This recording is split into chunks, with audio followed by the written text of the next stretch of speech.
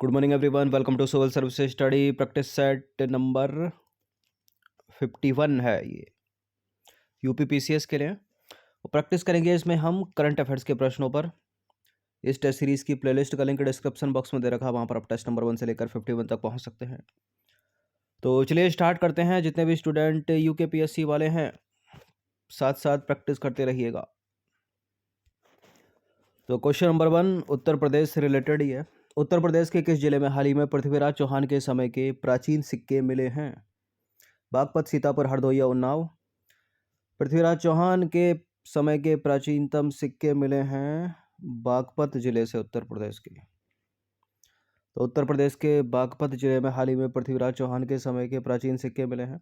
और उत्तर प्रदेश के बागपत जिले के खेकड़ा के निकटवर्ती दिल्ली सहारनपुर हाईवे से सटे गांव काठा के प्राचीन टीले के पुरातात्विक स्थल निरीक्षण में जो है पृथ्वीराज चौहान सहित राजा अनंगपाल देव, राजा मदनपाल और राजा चाहणा राजदेव के समय के 16 दुर्लभ सिक्के प्राप्त हुए हैं बागपत से।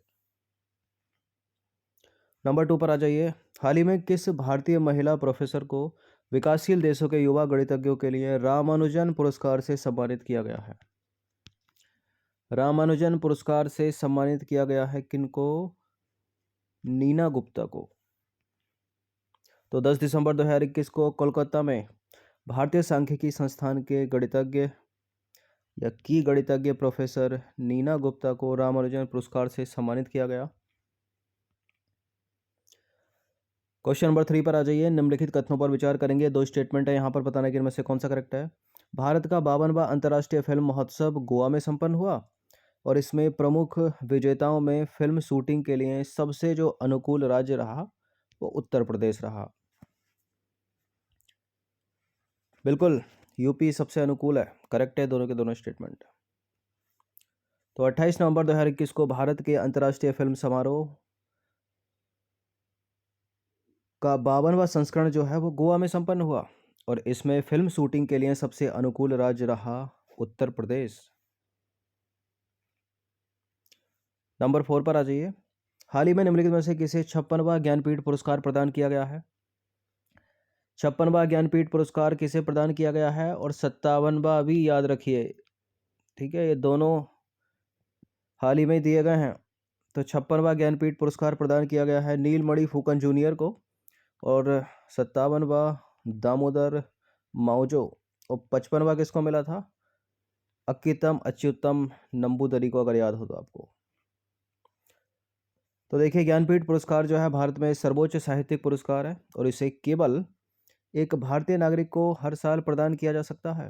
भारतीय संविधान की 8वीं अनुसूची में उल्लेखित अन्य भाषाओं के साथ अंग्रेजी में भी यह पुरस्कार प्रदान किया जाता है और इस पुरस्कार के अंतर्गत 11 लाख रुपए की नगद राशि मिलती है, एक प्रशस्ति पत्र मिलता है और देवी सरस्वती की एक कांस्य प्रतिकृति प्रदान की जाती है। पहला इंपॉर्टेंट है, याद रखिएगा, पहला ज्ञानपीठ पुरस्कार 1965 में मलयालम लेखक थे वो जी शंकर कुरुप, कई बार एग्जाम में पूछा गया है ये, इनको प्रदान किया गया है और मलयालम के लिए मिला था पहला, ठीक है, जी शंकर कुरुप को। और हाल ही में असमिया कवि नीलमणि फूकन जूनियर को 56वां ज्ञानपीठ पुरस्कार प्रदान किया गया है तथा उपन्यासकार दामोदर माउजो को 57वां ज्ञानपीठ पुरस्कार प्रदान किया गया है।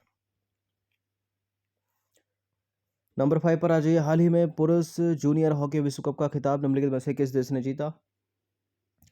पुरुष हॉकी जूनियर विश्व कप का खिताब जीता है अर्जेंटीना ने। अर्जेंटीना कहाँ पर है? साउथ अमेरिका महाद्वीप में। तो 5 दिसंबर 2021 को अर्जेंटीना ने जर्मनी को 4-2 से हराकर पुरुष हॉकी जूनियर विश्व कप का खिताब जीता और इस टूर्नामेंट में जो भारत है वो तीसरे स्थान के लिए मैच में फ्रांस से हारकर चौथे स्थान पर रहा। नंबर 6 पर आ जाइए। उत्तर प्रदेश के किस जिले में प्रधानमंत्री नरेंद्र मोदी ने हाल ही में गंगा एक्सप्रेसवे परियोजना की आधारशिला रखी है? कहाँ रखी है? शाहजहांपुर में। तो 18 दिसंबर 2021 को प्रधानमंत्री नरेंद्र मोदी ने उत्तर प्रदेश के शाहजहांपुर में गंगा एक्सप्रेसवे परियोजना की आधारशिला रखी। गंगा एक्सप्रेसवे उत्तर प्रदेश के मेरठ से प्रयागराज तक, ये चीज़ याद रखिएगा, 12 जिलों को जोड़ने वाला उत्तर प्रदेश का सबसे लंबा एक्सप्रेसवे है? ठीक है, तो आधारशिला कहाँ रखी है? शाहजहांपुर में। कहाँ से कहाँ तक जाएगा? मेरठ से प्रयागराज तक। और बीच में कौन कौन है उनको भी एक बार याद कर लीजिएगा, मतलब वो 12 जनपद कौन से हैं। नंबर 7 पर आ जाइए। हाल ही में किस फिल्म अभिनेता को अरुणाचल प्रदेश में नया ब्रांड एम्बेसडर बनाया गया है? किसको बनाया गया है इनमें? सोनू सूद को? नहीं, संजय दत्त को। तो हाल ही में अरुणाचल प्रदेश ने फिल्म अभिनेता संजय दत्त को राज्य का नया ब्रांड एम्बेसडर नियुक्त किया है। नंबर 8 पर आ जाइए। हाल ही में किस राज्य की पुलिस ने कॉल योर कॉप नामक एक मोबाइल एप्लीकेशन को लॉन्च किया है? यह है नागालैंड राज्य सरकार। तो नागालैंड की पुलिस ने कॉल योर कॉप नामक एक मोबाइल एप्लीकेशन को लॉन्च किया है। क्वेश्चन नंबर 9 क्या कहता है? निम्नलिखित कथनों पर विचार करेंगे। पहला स्टेटमेंट, दूसरा स्टेटमेंट, और बताना कि इनमें से कौन सा करेक्ट है। देखिए, 10 से 13 दिसंबर 2021 तक भारत अंतर्राष्ट्रीय विज्ञान महोत्सव का 7वां संस्करण गोवा के पणजी में आयोजित किया गया और इस महोत्सव का विषय आज़ादी का अमृत महोत्सव, एक समृद्ध भारत के लिए रचनात्मक विज्ञान और प्रौद्योगिकी और नवाचार का जश्न मनाना था। ये दोनों की दोनों बातें करेक्ट हैं। सी है इसका आंसर, अंतर्राष्ट्रीय विज्ञान महोत्सव गोवा के पणजी में। 10वां प्रश्न है, हाल ही में किस देश ने वर्ष 2027 तक अपने राष्ट्र को पूर्ण रूप से धूम्रपान मुक्त देश बनाने की घोषणा की है? कौन हो सकता है इनमें वो? इसको तो एलिमिनेट कर ही दीजिए। इनमें से बताइए ऊपर वाले में से, न्यूजीलैंड या ऑस्ट्रेलिया? न्यूजीलैंड है। तो हाल ही में न्यूजीलैंड ने वर्ष 2027 तक अपने राष्ट्र को पूर्ण रूप से धूम्रपान मुक्त देश बनाने की घोषणा की है। नंबर 11 पर आ जाइए। हाल ही में विश्व का सबसे नया गणराज्य बनने वाला देश कौन सा है? और इससे जुड़ी 3-4 चीज़ें आपको पता होनी चाहिए। इसे प्रधानमंत्री कौन है, राष्ट्रपति कौन है और इसकी राजधानी? यह है बारबाडोस। तो हाल ही में बारबाडोस ने आधिकारिक तौर पर महारानी एलिजाबेथ द्वितीय को अपने राष्ट्र के प्रमुख पद से हटा दिया है और देश के ब्रिटिश उपनिवेश बनने के लगभग 400 सालों के बाद दुनिया का सबसे नया गणराज्य बन गया है। ये बारबाडोस जो है वो दक्षिण पूर्वी कैरिबियन सागर का एक छोटा सा द्वीप देश है।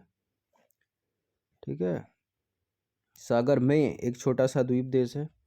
राजधानी की बात करें तो ब्रिजटाउन इसकी राजधानी है और वर्तमान में इसके प्रधानमंत्री का नाम याद रखिए पहले, मियां अमोर मोटली, और वर्तमान में इसकी राष्ट्रपति हैं डैम सेंड्रा ब्रूनेला मेसन।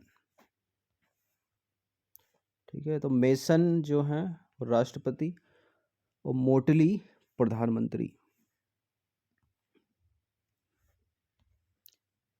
12वां प्रश्न है, हाल ही में उत्तर प्रदेश के किस जिले में एशिया के सबसे बड़े इंटरनेशनल एयरपोर्ट का शिलान्यास भारत के प्रधानमंत्री ने किया? गौतम बुद्ध नगर। तो हाल ही में उत्तर प्रदेश के गौतम बुद्ध नगर में एशिया के सबसे बड़े इंटरनेशनल एयरपोर्ट का शिलान्यास प्रधानमंत्री द्वारा किया गया और यह जो एयरपोर्ट है वो विश्व का चौथा सबसे बड़ा इंटरनेशनल एयरपोर्ट होगा।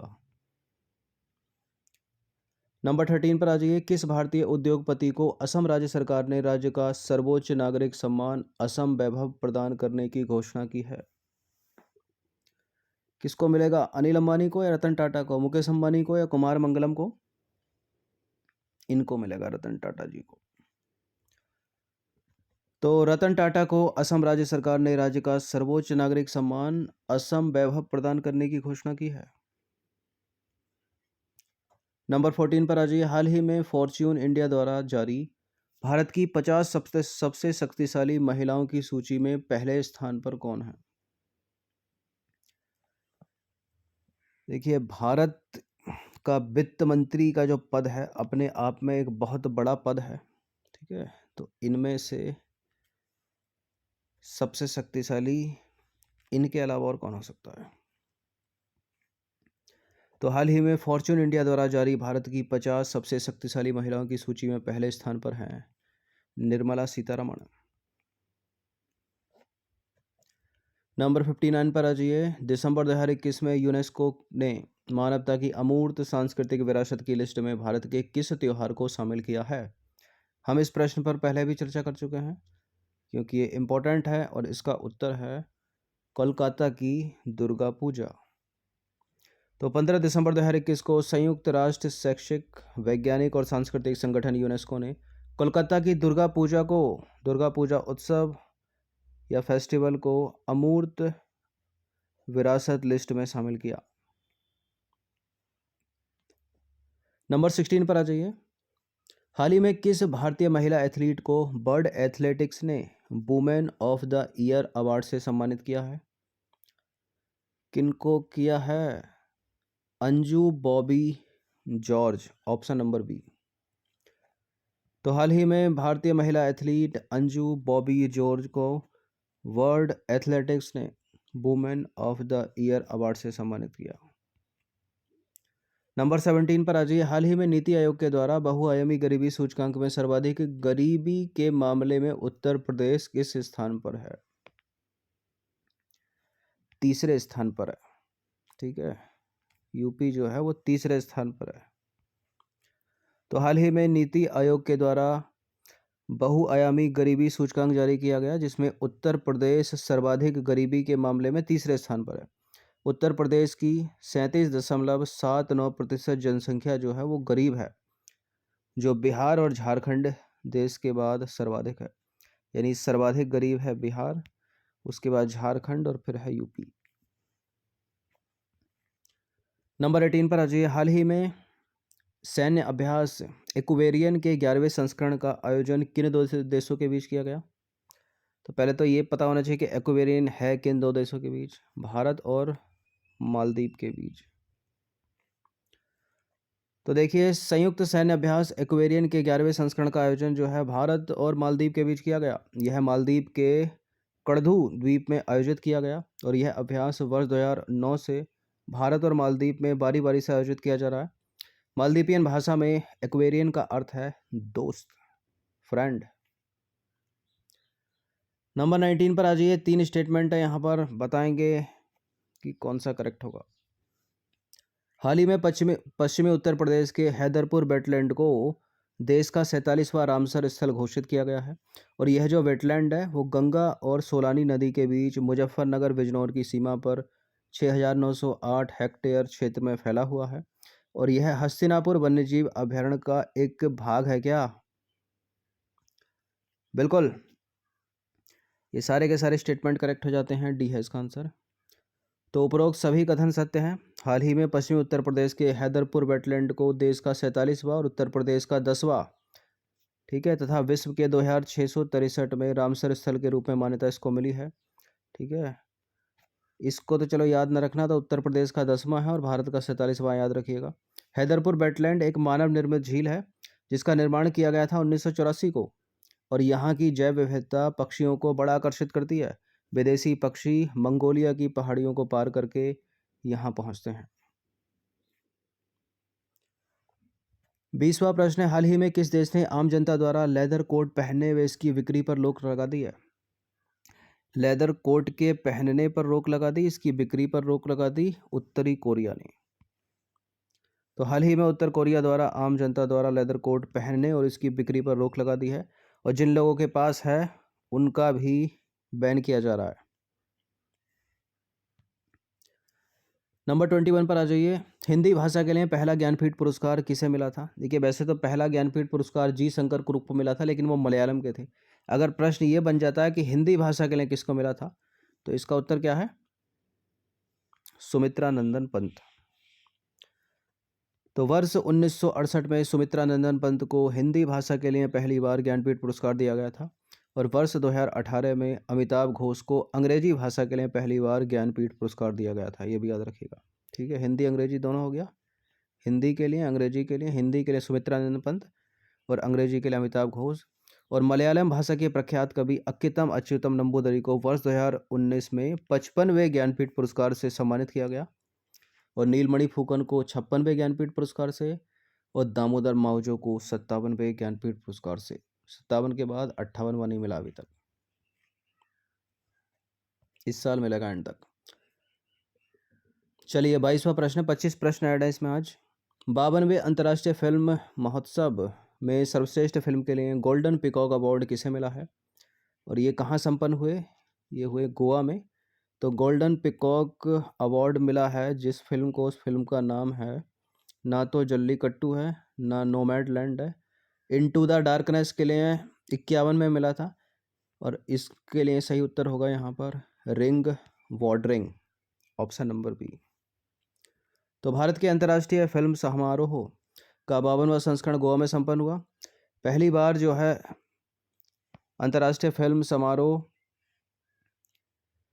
के साथ जो है ब्रिक्स फिल्म समारोह की मेजबानी भी की गई इसी के साथ इसमें। और फिल्म शूटिंग के लिए सबसे अनुकूल राज्य उत्तर प्रदेश को माना, ऊपर पता चल ही चुका है आपको। अगर सर्वश्रेष्ठ अभिनेता की बात करें, सर्वश्रेष्ठ अभिनेता का सिल्वर पिकॉक पुरस्कार जो मिला वो मिला है जितेंद्र भिकुलाल जोशी को गोदावरी के लिए, ठीक है। यानी बेस्ट एक्टर इन मेल का golden peacock, silver peacock award Jitendra Bhikulal Joshi को मिला है। और सर्वश्रेष्ठ फिल्म के लिए जो गोल्डन पिकॉक अवार्ड मिला है वो मिला है रिंग बॉन्डरिंग को। ये एक जापानी फिल्म है, ठीक है। और डायरेक्टर हैं इसके मसाकाजू कान्येको। और 51वां अंतर्राष्ट्रीय फिल्म महोत्सव में सर्वश्रेष्ठ फिल्म कौन सी रही थी गोल्डन पिकॉक अवार्ड के लिए? इनटू द डार्कनेस थी 51 में। और 52वें में कौन सी है? Ring wandering. 23वां प्रश्न, इस प्रश्न का उत्तर दीजिए। तो ब्रिक्स फिल्म महोत्सव पुरस्कारों के छठे संस्करण में किसने सर्वश्रेष्ठ अभिनेता का पुरस्कार जीता है? किसने जीता है? धनुष ने, ठीक है, असुरन के लिए।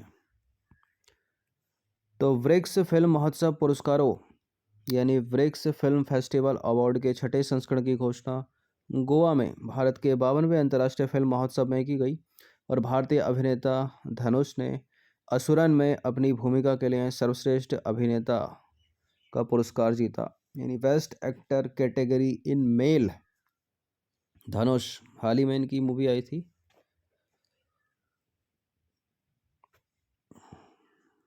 मूवी का नाम है अतरंगी रे, अक्षय कुमार भी है उसमें। नंबर 24 पर आ जाइए। इंदिरा गांधी शांति पुरस्कार 2021 किसने जीता है? देखिए, इंदिरा गांधी शांति पुरस्कार या इंदिरा गांधी पीस प्राइज मिलता है व्यक्ति या संगठन को। तो ये प्रथम नामक एक सामाजिक संगठन को मिला है इस बार। तो हाल ही में एक नागरिक समाज संगठन प्रथम को वर्ष 2021 के लिए शांति, निशस्त्रीकरण और विकास हेतु इंदिरा गांधी पुरस्कार से सम्मानित किया गया। और प्रथम ये जो संगठन है भारत और दुनिया भर में वंचित बच्चों के बीच शिक्षा की गुणवत्ता में सुधार हेतु समर्पित संगठन है। अगर हम इस पुरस्कार के बारे में थोड़ा सा जानें तो इंदिरा गांधी शांति पुरस्कार एक वार्षिक प्रतिष्ठित पुरस्कार है। इसका नाम जो है पूर्व प्रधानमंत्री इंदिरा गांधी के नाम पर रखा गया है और यह इंदिरा गांधी मेमोरियल ट्रस्ट द्वारा 1968 से हर साल प्रदान किया जाता है। इसमें प्रशस्ति पत्र के साथ 25 लाख रुपए का मौद्रिक पुरस्कार मिलता है और यह पुरस्कार उन व्यक्तियों, ध्यान से सुनिएगा, उन व्यक्तियों या संगठन को दिया जाता है जो अंतर्राष्ट्रीय शांति और विकास सुनिश्चित करने के लिए काम करते हैं। 25वां प्रश्न है, अंतिम प्रश्न है, 2021 का राष्ट्रीय पुस्तक पुरस्कार किसने जीता है? 2021 का राष्ट्रीय पुस्तक पुरस्कार जीता है किसने? जेसन मोट ने। तो देखिए, राष्ट्रीय पुस्तक पुरस्कार यानी नेशनल बुक अवार्ड के 72वें संस्करण का आयोजन नेशनल बुक फाउंडेशन द्वारा एक आभासी कार्यक्रम के रूप में किया गया और जेसन मोट ने अपने उपन्यास हेल ऑफ ए बुक के लिए कथा साहित्य में 2021 का राष्ट्रीय पुस्तक पुरस्कार जीता। जेसन मोट। तो 25 प्रश्न थे करंट से रिलेटेड, ठीक है, इनकी प्रैक्टिस कर लीजिएगा। और जितने भी स्टूडेंट यूके पीएससी वाले हो गए, बीपीएससी वाले हो गए, वो भी साथ साथ प्रैक्टिस करते रहिएगा। इनको जो यूपी वाले प्रश्न होते हैं उनको छोड़ दिया कीजिए, बाकी सब इसी तरह की रहती है करंट अफेयर्स।